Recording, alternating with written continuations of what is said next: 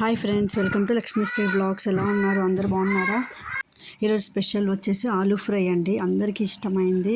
చాలా అంటే చాలా టేస్టీగా ఉంటుంది అండ్ ఈజీగా ఎలా తయారు చేయాలో నేను మీకు చెప్తాను.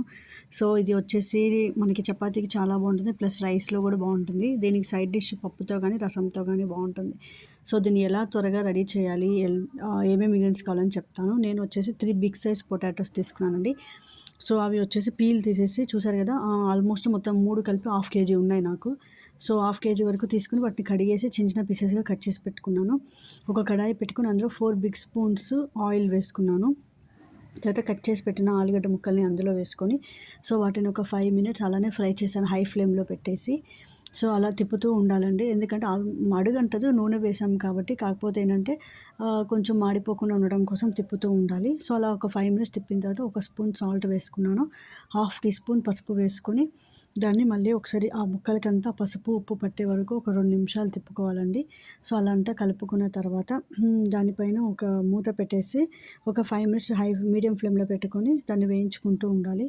సో చూసారు కదా, తర్వాత వచ్చేసి కొంచెం అట్లా మగ్గిన తర్వాత దాంట్లో వచ్చేసి కారం ఒక 1 టీ స్పూన్ వరకు వేసుకున్నాను. మీరు తినే స్పైసీని బట్టి వేసుకోండి. సో ఇది మినిమం 10 to 15 మినిట్స్లో అయిపోతుందండి ఫ్రై అనేది. సో చూసారు కదా ఎంత బాగా ఎర్రగా మంచిగా వేగింది కదా. సో ఇదైతే చాలా చాలా టేస్టీగా ఉంటుంది చపాతీకి, రైస్కి. కానీ మీరు కూడా ఈ రెసిపీని మీ ఇంట్లో ట్రై చేసి ఎలా ఉందో నాకు కామెంట్ రూపంలో తెలియచేయండి. ఇప్పటివరకు నా ఛానల్ సబ్స్క్రైబ్ చేయని వాళ్ళు please subscribe my channel. For more videos please subscribe Lakshmisri blogs. Thank you అండి. సో మీరు కూడా మీ రెసిపీని ఇంట్లో ట్రై చేయండి, ఎందుకంటే అందరికీ ఇష్టం, పిల్లలు కూడా ఇష్టంగా తింటారు ఇలా చేస్తే. ఎందుకంటే కొంతమంది ఏమన్నా వేస్తే తినకుండా వదిలేస్తారు, బట్ ఇలా ట్రై చేయండి, చాలా ఇష్టంగా తింటారు. ఈవినింగ్గా మామూలుగా పీసెస్ కూడా తింటారు.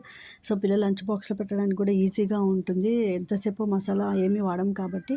సో ఈజీగా తొందరగా అయిపోతుంది. చూసారుగా ఎంత మంచిగా ఉడికిందో. థ్యాంక్ యూ అండి.